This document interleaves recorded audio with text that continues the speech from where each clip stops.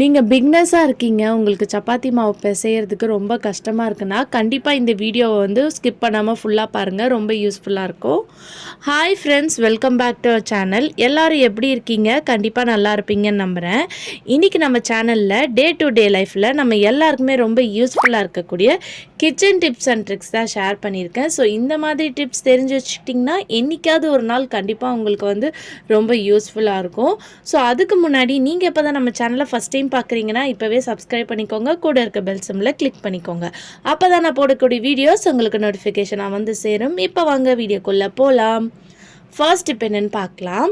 நம்ம இந்த மாதிரி கீலாம் யூஸ் பண்ணும்போது ஸ்டார்டிங்கில் வந்து பார்த்திங்கன்னா நல்லா ஸ்மெல்லாக வாசனையாக இருக்கும்.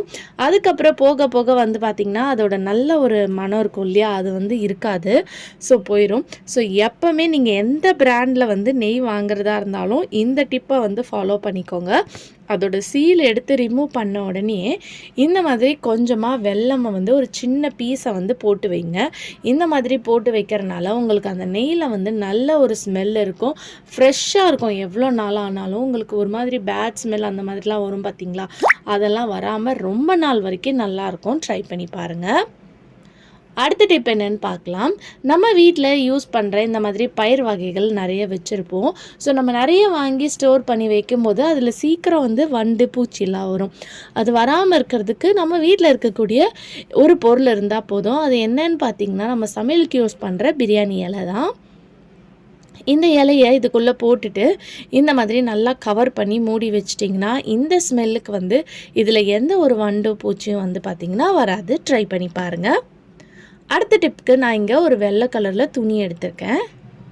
இதில் வந்து நம்ம கொஞ்சமாக வந்து கல்லுப்பு வந்து சேர்த்துக்க போகிறோம். கல்லுப்பு கூடயே வந்து பார்த்திங்கன்னா கிராம்பு வந்து இருக்கும் இல்லையா, அதையும் வந்து ஒரு 4லேருந்து ஒரு 5 கிராம்பு வந்து எடுத்துக்கோங்க. நீங்கள் இந்த மாதிரி ஒயிட் கலரில் துணி தான் எடுத்துக்கணுன்னு அவசியம் இல்லை, டிஷ்யூ பேப்பர் இருந்துச்சுன்னா கூட நீங்கள் எடுத்துக்கலாம். ஸோ இந்த மாதிரி போட்டதுக்கப்புறம் இதை வந்து நம்ம நல்லா ஃபோல்ட் பண்ணி ரப்பர் பேன் வந்து போட்டு விட்டுக்கலாம். அப்போ தான் வந்து பார்த்திங்கன்னா அது உங்களுக்கு வெளியே வராமல் இருக்கும். ஸோ இந்த மாதிரி நல்லா டைட்டாக ஃபோல்ட் பண்ணிவிட்டு ஒரு ரப்பர் பேன் வந்து போட்டு விட்டுருங்க. ஸோ இது எதுக்குன்னு பார்த்திங்கன்னா நம்ம வீட்டில் அரிசி வந்து நிறைய கிலோ கணக்கில் வாங்கி ஸ்டோர் பண்ணி வைக்கும்போது இந்த மழை காலத்துக்கு சீக்கிரம் வந்து பார்த்திங்கன்னா அதில் பூச்சிலாம் வந்துடும். ஸோ அது வராமல் இருக்கிறதுக்கு இதை வந்து நீங்கள் இந்த மாதிரி போட்டு வச்சுருங்க. ஆல்ரெடி நான் அரிசியை வந்து எப்படி ஸ்டோர் பண்ணுறதுன்னு நிறைய வீடியோ ஷேர் பண்ணியிருக்கேன். பார்க்காதவங்களுக்கு நான் கார்ட்ஸில் டிஸ்கிரிப்ஷனில் கொடுக்குறேன், செக் பண்ணிக்கோங்க. ஸோ இந்த மாதிரி நம்ம ரெடி பண்ணி வச்சுருக்க அந்த மூட்டையை உள்ளே போட்டு ஸ்டோர் பண்ணி வச்சிங்கன்னா எவ்வளோ வருஷம் ஆனாலும் உங்கள் அரிசி வந்து ஃப்ரெஷ்ஷாக இருக்கும், எந்த ஒரு பூச்சியும் வந்து பார்த்திங்கன்னா வராது. அடுத்த டிப் என்னென்னு பார்க்கலாம். நம்ம தக்காளி நிறைய வாங்கி ஸ்டோர் பண்ணி வைக்கவும் இந்த மாதிரி ஃப்ரிட்ஜில் ஸ்டோர் பண்ணி வச்சா கூட வந்து உங்களுக்கு அது மேலே இருக்கிற ஸ்கின்லாம் உடனே வந்து பார்த்திங்கன்னா ஒரு மாதிரி கொலன்னு ஆயிரும், கெட்டு போயிடும், இல்லை அந்த ஸ்கின்னே வந்து தக்காளியே நல்லா இல்லாமல் ஆயிரும். ஸோ அந்த மாதிரி ஆகாமல் இருக்கிறதுக்கு தக்காளி வாங்கிட்டு வந்தோடனே கொஞ்சமாக வந்து நம்ம சமைக்கிற உப்பு வந்து எடுத்துக்கோங்க. இந்த உப்பில் வந்து இந்த தக்காளியை வந்து நல்லா இந்த மாதிரி டிப் பண்ணிக்கோங்க.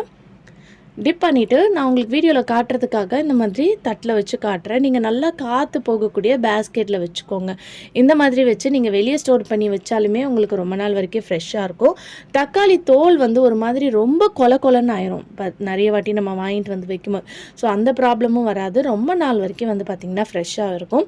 ஸ்டோர் பண்ணி வைக்கும்போது நல்லா காத்தோட்டமாக இருக்கிற பேஸ்கெட்டில் பார்த்து ஸ்டோர் பண்ணி வைங்க. அதே மாதிரி ஸ்டெம் வந்து இந்த மாதிரி நான் வீடியோவில் காமிச்சிருக்கேன் பார்த்திங்களா, இந்த மாதிரி கீழே பார்த்த மாதிரி இருக்கணும். ஸோ இந்த மாதிரி வந்து நீங்கள் ஸ்டோர் பண்ணி வச்சிங்கன்னா எவ்வளோ நாள் ஆனாலும் உங்கள் தக்காளி வந்து பார்த்திங்கன்னா ஃப்ரெஷ்ஷாக இருக்கும். நீங்கள் இதை ஃப்ரிட்ஜ்லேயே வச்சு ஸ்டோர் பண்ணிக்கலாம், அப்படி இல்லைனா வெளியே கூட வச்சு நீங்கள் ஸ்டோர் பண்ணிக்கலாம். கண்டிப்பாக ட்ரை பண்ணி பாருங்கள். அடுத்த டிப் என்னென்னு பார்க்கலாம். நம்ம வெங்காயம் வந்து நிறைய வாங்கி ஸ்டோர் பண்ணி வைக்கும் போது அதில் வந்து உடனே வந்து மேலே வந்து பார்த்திங்கன்னா அழுகி போயிடும். ஸோ பாதி வெங்காயம் நல்லாயிருக்கும், பாதி வெங்காயம் வந்து பார்த்திங்கன்னா நல்லா இருக்காது. ஸோ அது எப்போவுமே வந்து நீங்கள் வாங்கிட்டு வந்தோடனே நல்லா காற்று போகிற மாதிரி ஒரு பேஸ்கெட்டில் வச்சுட்டு இந்த மாதிரி நம்ம ரேஷன்லாம் யூஸ் பண்ணும்போது பச்சரிசி கொடுப்பாங்க பார்த்திங்களா, அந்த பச்சரிசியை வந்து லைட்டாக இந்த மாதிரி தூவி விடுங்க. இந்த மாதிரி பண்ணுறனால ரொம்ப நாள் வரைக்கும் ஃப்ரெஷ்ஷாக இருக்கும். ட்ரை பண்ணி பாருங்கள். அடுத்த டிப் வந்து இந்த டிப் எல்லாருக்குமே ரொம்ப யூஸ்ஃபுல்லாக யூஸ்ஃபுல்லாக இருக்கும். நிறைய பேர் வீட்டில் சப்பாத்தி மாவு பிசையிறது வந்து பார்த்திங்கன்னா ரொம்ப கஷ்டமாக இருக்கும். நிறைய பேருக்கு அது சரியாக வந்து பிசைய வராது. இன்னும் நீங்கள் பிகினராக இருக்கீங்கன்னா உங்களுக்கு அந்த மாவு வந்து ஒன்று ரொம்ப தண்ணியாயிரும், இல்லைனா ஹார்டாயிரும். ஸோ நம்ம மாவு வந்து ரொம்ப நேரம் பிசைஞ்சால் சாஃப்டாகும் அப்படின்றது வந்து ரொம்பவே தவறானது.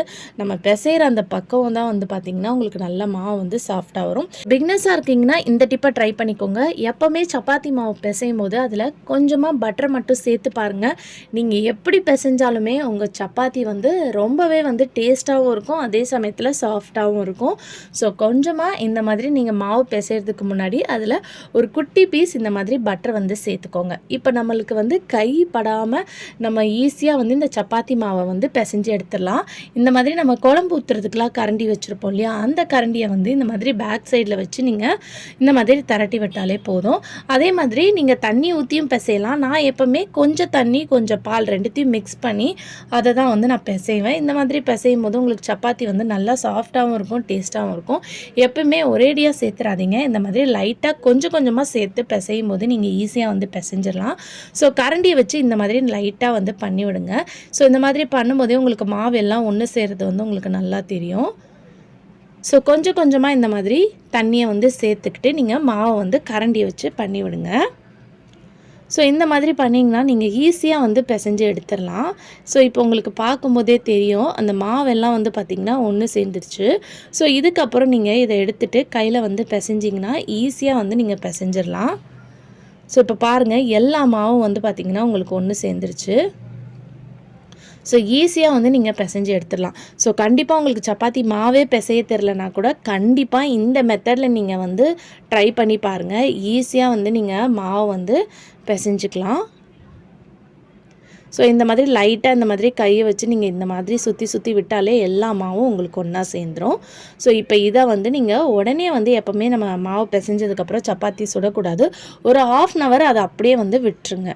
ஸோ லைட்டாக இதுக்கு மேலே வந்து கொஞ்சமாக வந்து எண்ணெயை வந்து ஊற்றிக்கோங்க. ஊற்றிட்டு ஒரு தட்டு போட்டு மூடி வச்சுருங்க. மூடி வச்சுட்டு ஒரு 1/2 hourக்கு அப்புறம் எடுத்து பார்த்திங்கன்னா ரொம்ப சாஃப்டாக இருக்கும். ஆல்ரெடி இப்போயே வந்து பார்த்திங்கன்னா இந்த மாவு சாஃப்டாக தான் இருக்கும். ஏன்னா நம்ம இதில் பட்டர் சேர்த்துருக்கனால. பட்டர் சேர்க்குறனால உங்களுக்கு ரொம்ப டேஸ்ட்டாகவும் வந்து பார்த்திங்கன்னா இருக்கும். பசங்களுக்கு இந்த மாதிரி செஞ்சு கொடுத்திங்கன்னா நல்லா விரும்பி சாப்பிடுவாங்க. ஸோ இப்போ 1/2 hour ஆச்சு. 1/2 hourக்கு அப்புறம் நீங்கள் மாவை வந்து இந்த மாதிரி, அதாவது நான் காட்டுறேன் இல்லையா, இந்த பொசிஷனில் நீங்கள் இப்படி பண்ணும்போது உங்களுக்கு மாவு நல்லா சாஃப்டாகும், எல்லா மாவும் ஒன்று சேர்ந்து இருக்கும். ஸோ கண்டிப்பாக இந்த டிப் வந்து பார்த்திங்கன்னா உங்கள் எல்லாருக்குமே ரொம்ப யூஸ்ஃபுல்லாக இருக்கும். ஸோ இனிமேல் வந்து நீங்கள் கை வலிக்க மாவு பிசையணுன்ற அவசியமே கிடையாது. இந்த மெத்தடை ஃபாலோ பண்ணிக்கோங்க, ட்ரை பண்ணி பாருங்கள். அடுத்த டிப் என்னென்னு பார்க்கலாம்.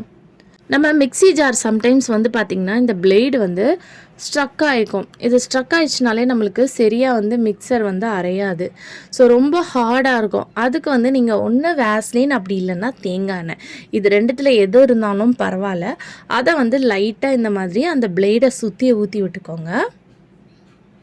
இந்த மாதிரி ஊற்றி விட்டுட்டு ஃபுல்லாக இந்த மாதிரி கையை வச்சு சுற்றி அப்ளை பண்ணி விடுங்க.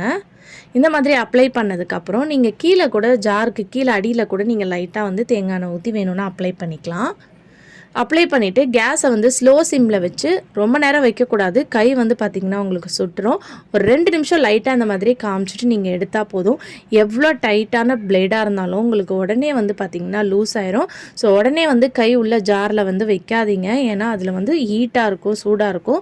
ஸோ கொஞ்சம் ஆற விட்டுட்டு அதுக்கப்புறம் நீங்கள் அதுக்குள்ளே கையை வச்சு சுற்றி பார்த்திங்கன்னா பிளேடு வந்து உங்களுக்கு ஈஸியாக வந்து பார்த்திங்கன்னா உங்களுக்கு சுத்தம். இப்போ பாருங்கள். ஸோ கண்டிப்பாக இந்த டிப் யூஸ்ஃபுல்லாக இருக்கும், ட்ரை பண்ணி பாருங்கள். ஓகே ஃப்ரெண்ட்ஸ், இன்றைக்கி வீடியோவில் நான் ஷேர் பண்ணி இந்த டிப்லேருந்து ஏதாவது ஒரு டிப் கண்டிப்பாக உங்களுக்கு யூஸ்ஃபுல்லாக இருக்கும்னு நினைக்கிறேன். அப்படி யூஸ்ஃபுல்லாக இருந்துச்சுன்னா மறக்காமல் நம்ம சேனலை லைக் பண்ணுங்கள், ஷேர் பண்ணுங்கள், கமெண்ட் பண்ணுங்கள், சப்ஸ்கிரைப் பண்ணிக்கோங்க. தேங்க்யூ ஃபார் வாட்சிங்.